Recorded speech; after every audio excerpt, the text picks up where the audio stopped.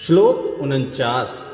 अशक्त बुद्धिया सर्वत्र जितात्मा विगत स्पृह नैष्कर्म सिद्धिम परमाम संन्यासेनाधिगच्छति।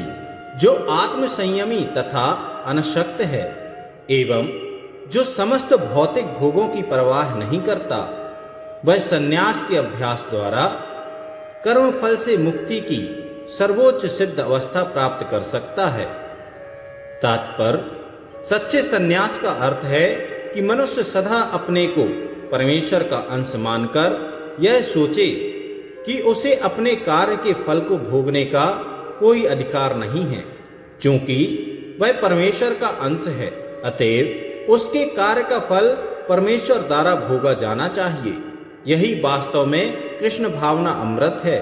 जो व्यक्ति कृष्ण भावना अमृत में स्थित होकर कर्म करता है, वही वास्तव में सन्यासी है। ऐसी मनोवृत्ति होने से मनुष्य संतुष्ट रहता है, क्योंकि वह वास्तव में भगवान के लिए कार्य कर रहा होता है। इस प्रकार वह किसी भी भौतिक वस्तु के लिए आसक्त नहीं होता। वह भगवान की सेवा से प्राप्त दिव्य सुख से परे किसी भी वस्तु में आनंद ना लेने का आदी हो जाता है।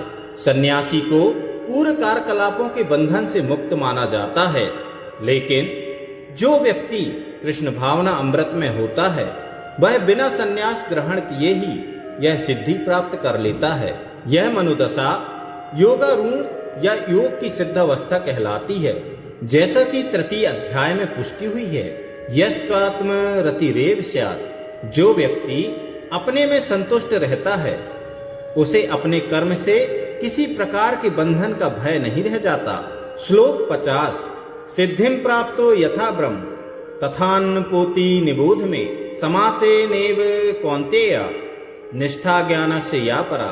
हे कुंती पुत्र, जिस तरह इस सिद्धि को प्राप्त हुआ व्यक्ति परम सिद्ध अवस्था अर्थात ब्रह्म को, जो सर्वोच्च ज्ञान की अवस्था है, प्राप्त करता है, उसका मैं संक्षेप में तुमसे वर्णन करूंगा, उसे तुम जानो।